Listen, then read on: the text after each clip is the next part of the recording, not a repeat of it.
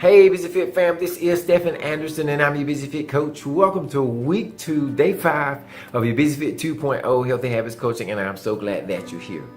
Empower and strengthen what you've learned by sharing what you know. Faith comes by hearing and hearing and hearing over and over again. The more you hear a thing, the more it becomes part of who you are. Not just on the surface, but deep down in your subconscious mind. There is a reason why I share certain phrases and repeat them over and over again throughout the program. I will persist until I succeed. Keep moving forward. I am responsible. I take action. I find a way. I say these things not just because they benefit you and I want you to really get it down into your spirit, but because it also helps me. I mean, sometimes I want to give up. I have difficulties, and I'm telling you, we both know life is tough. But I've learned that the more I share a thing, the more I share solutions, the better it is for the people around me and the better it is for me. It creates a win for everybody. So you have to understand that the more you give, the more you get. The more you share, the more you grow. The more you help somebody else get better, the more you are able to improve. You don't have to have all the answers. You just have to know your story. Understand what has worked for you. If drinking the water first thing in the morning has helped you, then share it. If eating slowly has helped you, then share it. It doesn't matter that you don't know all the information. It doesn't matter that you're still having difficulty with it. People need to understand that there is a way forward. People are looking for hope. And if you can share that, if you can pick that up and give it to the people who are open to it. Now, you don't have to harass people, but I'm willing to bet that you can pick up when somebody else is struggling with something that you have or are struggling with. And if you found a way forward, then share it. It's a win for them and it's a win for you.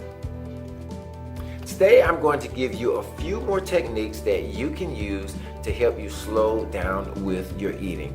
And number one is to eat with your non-dominant hand. Now, this one will not only slow you down, but it strengthens your brain connection. So that's going to be awesome on both levels. Number 2 is to start with your protein source first. Protein is going to be the most satisfying of all of the components, and we'll talk about those as we get further into the program. But start with your meats, or if you're a vegetarian and you have something like beans or lentils that you're using as a protein source, start with your protein source first because it will allow you to really get fuller faster. Number 3 is to increase satisfaction by chewing longer. Now, this is a big help in getting those signals to your brain that you have nutrients on the way, because if you think about it, chewing is the very first part of the digestive process. So if you have softer foods like bananas, then you want to chew those 5 to 10 times.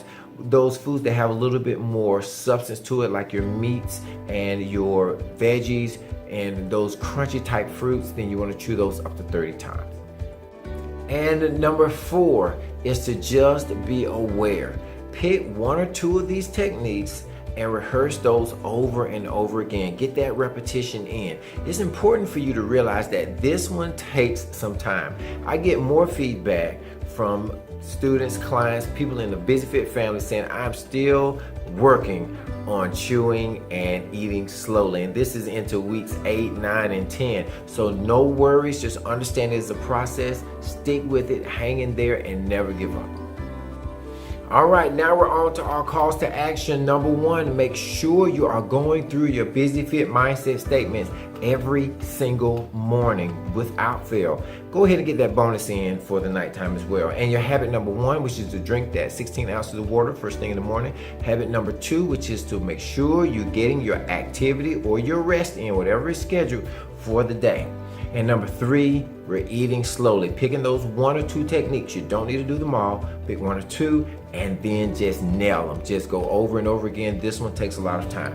Make sure that you are looking at your calendar to see if you have a prep up or set up day coming up. Write it down. It's important that it's written down on that calendar and you're looking at that calendar on a daily basis. All right, and tomorrow I'm going to share with you something that's very important, is for us to actually start weighing in. So the weigh-in won't be tomorrow, but I'm going to share with you the information on how we're going to weigh in. We're going to take measurements and we're going to take progress pictures on tomorrow. So I'm looking forward to that. And until then, persist. I will persist until I succeed. I'll never give up. Make sure you click the link below to learn more about why chewing slowly is better for your health.